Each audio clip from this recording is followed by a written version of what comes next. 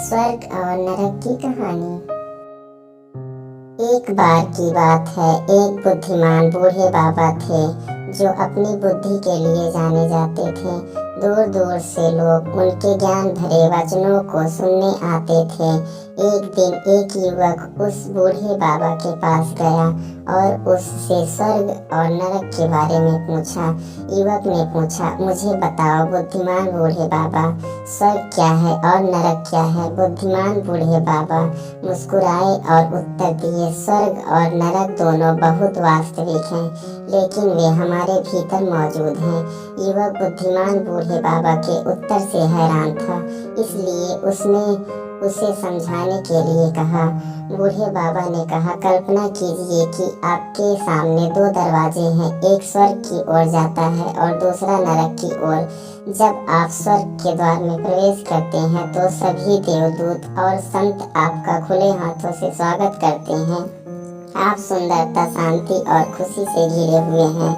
आपकी हर इच्छा पूरी होती है और आप शुद्ध आनंद और संतोष महसूस करते हैं। युवक ने कौतूहलवश पूछा, नरक के द्वार के बारे में? बूढ़े बाबा ने उत्तर दिया, जब आप नरक के द्वार में प्रवेश करते हैं तो आप अंधेरे और दर्द से मिलते हैं। आप आग की लपटों से घिरे होते हैं और मृत्यु और सड़न की बदबू आपके नथनों में भर जाती है। आपका शरीर एक न बुझने वाली आग से भस्म हो जाता है और तुम्हारी आत्मा दुष्ट आत्माओं से पीड़ित है। तुम्हें पीड़ा, कष्ट और निराशा के सिवा कुछ नहीं मिलता। युवक नरक के वर्णन से भयभीत था और उसने बुद्धिमान बूढ़े बाबा से पूछा कि इससे कैसे बचा जाए। बूढ़े बाबा ने कहा, नरक से बचने की कुंजी सदाचार और धार्मिकता का जीवन जीना है।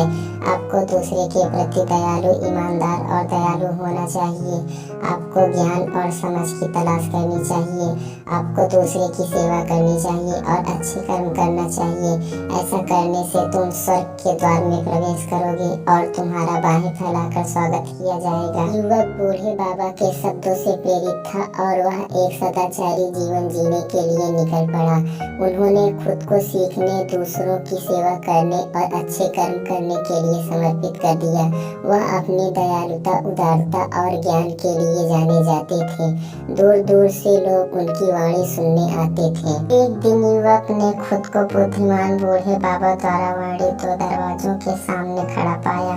वह एक पल के लिए झिझका, लेकिन फिर उसने स्वर्ग का दरवाजा चुना। जैसे ही उसने प्रवेश किया, उसकी मुलाकात एक चकाचौंध करने वाली रोशनी से हुई और उसने तुरहियों और स्वर्गदूतों के गाने की आवाज सुनी। उन्हें असीम आनंद और शांति का अनुभव हुआ। लेकिन जैसे ही उसने चारों ओर देखा, उसने कुछ ऐसा देखा जिसने उसे चौंका दिया। उसने एक ऐसे बाबा को देखा जो पाप और पाप का जीवन जी रहा था। इस आदमी ने धोखा दिया था, झूठ बोला था और दूसरों से चोरी की थी। उसने कभी दया या करुण नहीं दिखाई थी और उसने अपने जीवन में कभी कोई अच्छा काम नहीं किया था। फिर भी यह आदमी स्वर्ग में था। युवक भ्रमित हो गया और उसने उस बाबा से पूछा, तुम यहाँ कैसे आए? तुमने पाप और पाप का जीवन व्यतीत किया? उस आदमी ने उत्तर दिया, हाँ, मैंने पाप और पाप का जीवन व्यतीत किया, लेकिन मैंने एक अच्छा काम भी किया। मैंने एक भिखारी को रोटी का एक टुकड़ा दिया जब वह भूख से मर रहा था। वह एक अच्छा काम मेरे सारे पापों को दूर करने के लिए पर्याप्त था और मुझे स्वर्ग में स्थान दिलाने के लिए आदमी की बातों से युवक चकित रहा।